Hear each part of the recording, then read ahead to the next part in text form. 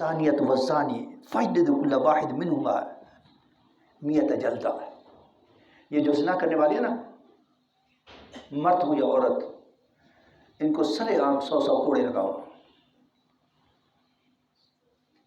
یہ نہیں ہے، رب کی معاف فرمایا، پڑھنے سننے میں آتا ہے کہ جب اسمبلیوں کے اجلاس ہوتے ہیں نا، تو اس علاقے میں، اس شہر میں جہاں پر اجلاس ہو رہے ہو، تو فاحشہ عورتوں، رب کی معاف فرمایا، دفع کرے اس بات کو.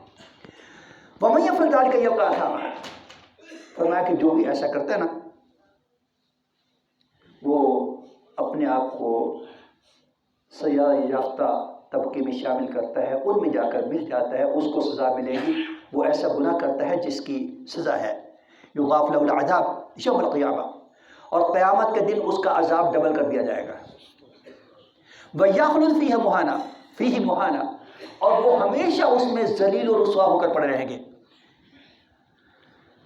اب بندہ سوچتا ہے کہ کبھی کسی سے کوئی غلطی سرزد ہو گئی، کبھی کسی نے اسراف کر لیا، کبھی کسی نے کنجوسی کر لی، کبھی کسی نے ہمسائے کے حق میں کوئی ڈنڈی ڈنڈا مار لیا، کبھی اس نے عبادت میں کوتاہی کر لی. اب کیا کرے؟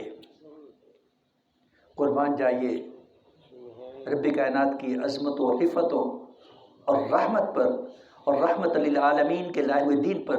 فرمایا کہ الا من تاب وآمن وعمل عملا صالحا. یہ عذاب اسے نہیں ہوگا، یہ سزا اسے نہیں ہوگی جو توبہ کر لے. جس نے توبہ کی اور اپنے عمل کو درست کیا، جس نے توبہ کی ایمان کے ساتھ توبہ کی اور اپنے عمل کو درست کر لیا، فَأُولَٰئِكَ يُبَدِّلُ اللَّهُ سَيِّئَاتِهِمْ حَسَنَاتٍ. نہ صرف اس کو سزا نہیں ہوگی آخرت میں، بلکہ اس کے گناہوں کو اللہ رب الکریم نیکیوں میں تبدیل فرما دے گا. یاد رکھیے یہ معاملہ آخرت کا ہے. دنیا میں جس کا گناہ ظاہر ہو جائے، دو حیثیتیں ہیں. ایک تو یہ ہے کہ کسی نے کوئی غلطی کی ہے، کسی کو پتہ نہیں چلا، لیکن اس کو پتہ ہے، اس نے اندر ہی اندر اپنے گناہ کی تلافی کی ہے اور اپنے رب سے معافی مانگی ہے. گناہ ظاہر نہیں ہوا، کسی کو پتہ نہیں چلا، اس کو پتہ ہے. وہ رو رو کر گڑ گڑا کر اللہ رب الکریم کی بارگاہ میں معافی مانگتا ہے، توبہ کرتا ہے اور اس گناہ کی تلافی بھی کرتا ہے، تو پھر اس پر کوئی اللہ رب الکریم اس کو معاف کر دیں گے اور اس کا پردہ پڑا رہے گا.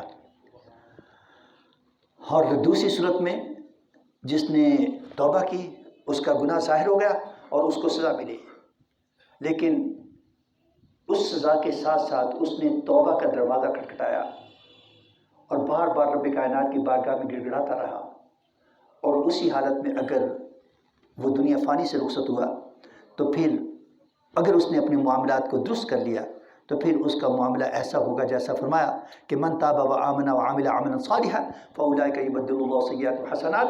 جس نے توبہ کی ایمان کے ساتھ اور اپنے بگاڑ سدھار لیے. ہر بندے کے اپنے اپنے معاملات ہیں، ہر بندے کے. یہ صرف زنا کے ساتھ خاص نہیں ہے، چوری کے ساتھ ہے، سینہ زوری کے ساتھ ہے، ملازمت کے ساتھ ہے، تجارت کے ساتھ ہے، صنعت کے ساتھ ہے، رشتہ داری کے ساتھ ہے، چھوٹوں کے ساتھ ہے، بڑوں کے ساتھ ہے. بے شمار قدم قدم پر بندے کے یہ معاملات ہیں. اگر وہ کسی کا حق مارتا ہے یا کسی کو پریشان کرتا ہے تو وہ اس حوالے سے اس لیول کا وہ مجرم ہے اور وہ اپنے جرم کو بھگتے گا، سوائے اس کے کہ وہ توبہ کرے. اور پھر توبہ صرف یہ نہیں ہے کہ یا اللہ مجھے معاف کر دے، بلکہ فرمایا کہ جو توبہ کے بعد اپنے بگاڑ سدھار لے، اپنی عادات کو درست کر لے. یہ نہیں ہے کہ توبہ کی اور توڑ دی، پھر توبہ کی پھر توڑ دی، میری اس توبہ پہ توبہ کر اٹھے، یہ نہیں، بلکہ توبہ کے بعد اپنے بگاڑ سدھار لے. وَمَن تَابَ وَعَمِلَ صَالِحًا فَإِنَّهُ يَتُوبُ إِلَى اللَّهِ مَتَابًا. اور اگلی آیت میں پھر فرمایا کہ جو توبہ کرتا ہے، جس نے توبہ کی اور جس نے اپنے عمل ٹھیک کر لیے، فَإِنَّهُ يَتُوبُ إِلَى اللَّهِ مَتَابًا، یقین کرو کہ وہ ہے صحیح طور پر اللہ کی بارگاہ میں توبہ کرنے والا. ایک غلطی ہوئی ہے، اس پر توبہ کی، پھر اگر اس غلطی کو ٹھیک نہیں کیا تو وہ صحیح توبہ نہیں ہے. غلطی ہوئی ہے، اس پر توبہ کی ہے، اور جس چیز پر توبہ کی ہے، جس بات پر توبہ کی ہے، جس عمل پر توبہ کی ہے، اس عمل کو، اس کا جو بگاڑ تھا اس کو سدھارا ہے، اس کو ٹھیک کیا ہے، عمل سو کو عمل صالح بنایا ہے، تو یہ توبہ ہوگی. والذین لا یشهدون الزور واذا مروا باللغو مروا کراما، اور یہ وہ لوگ ہیں اللہ والے، اللہ کے نیک بندے وہ لوگ ہیں جو جھوٹی گواہی نہیں دیتے. رب کی معاف فرمائے، معاف فرمائے، معاف فرمائے، معاف فرمائے، معاف فرمائے، معاف فرمائے، معاف فرمائے. میں نے لا پڑھا ہے، پریکٹس نہیں کی، لیکن اس وقت میں سنا کرتا تھا کہ ہمارا جو نظام عدالت ہے نا، اللہ تعالیٰ معاف فرمائے، اس کا زیادہ حصہ جھوٹی گواہیوں پر مشتمل ہے. جھوٹے گواہ پیدا کر لیے جاتے ہیں، جھوٹے گواہ اگر نہیں ہیں تو کھڑے کر لیے جاتے ہیں، ان کو سکھا دیا جاتا ہے، پیشہ ور قسم کے گواہ مل جاتے ہیں.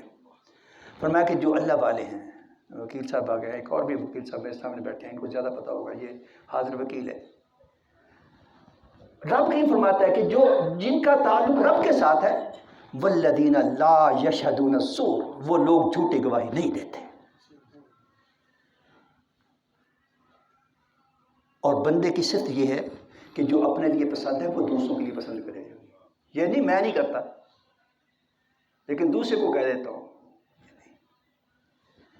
والذین لا یشہدون الزور واذا مروا باللغو مروا کراما، وہ جھوٹی گواہی نہیں دیتے. اور اگر کہیں کوئی واہیاتی ہو رہی ہو، فضول کام ہو رہا ہو، بے شرمی کا کوئی کام ہو رہا ہو، اور انہیں وہاں سے گزرنا پڑے، مجبوری ہے، کوئی اور راستہ نہیں ہے، تو وہ وہاں سے باوقار طریقے سے گزر جاتے ہیں، اس کا حصہ نہیں بنتے. نبی رحمت صلی اللہ علیہ وسلم نے فرمایا کہ پہلی قومیں کیسے تباہ ہوئی، پہلی قومیں کیسے تباہ ہوئی، مختلف طریقے اس کے اسباب بتائے. ایک سبب یہ بتایا کہ ان کے جو علماء ہوتے تھے نا، جب کوئی غلط کام کر رہا ہوتا تھا تو اس کو روکتے تھے، اس کو روکتے تھے، ٹوکتے تھے. ان کو روکا ٹوکا مگر وہ باز نہیں آئے، وہ عالم صاحب گزر گئے. ترتیب جو بتا رہا ہوں تباہی کی. دوسری مرتبہ وہ آئے، گزرے وہاں سے، تو انہوں نے ان کو نہیں روکا ٹوکا کہ یہ کون سا ہماری مانتے ہیں، جیسے آج کل میرے سمیت پتہ نہیں کتنے والدین اپنی اولاد کے حوالے سے کہتے رہتے ہیں. آپ دیکھ لیں ہمارے مساجد جو ہے نا، صرف اس مسجد کی بات نہیں ہے، اکثر مساجد آپ دیکھ لیں، وہاں پر جو ریگولر نمازی ہوں گے نا، وہ ہوگی جو دادا نانا کے منصب پر ہیں. بچوں کے حوالے سے وہ جی کہنے انہوں نے مانتے ہی نہیں، ان کا جی وہ پھر کہنا چھوڑ دیا انہوں نے. اور اگلی بار مرتبہ یہ ہوا کہ وہ بھی ایسا ایسا اس میں شامل ہو گئے. پھر اس کی انتہا یہ ہے کہ پھر اس کا دفاع کرنے لگ جاتے ہیں، ایسے قومیں تباہ ہوتی ہیں. اللہ رب العالمین ہمارے حال پر رحم فرمائے، ہمیں اور ہمارے بڑوں کو سب کو اپنی پناہ میں رکھے، اور جو بگاڑ ہیں وہ سدھار دے، ہماری غلطیوں معاف فرما دے. واخر دعوانا الحمدللہ.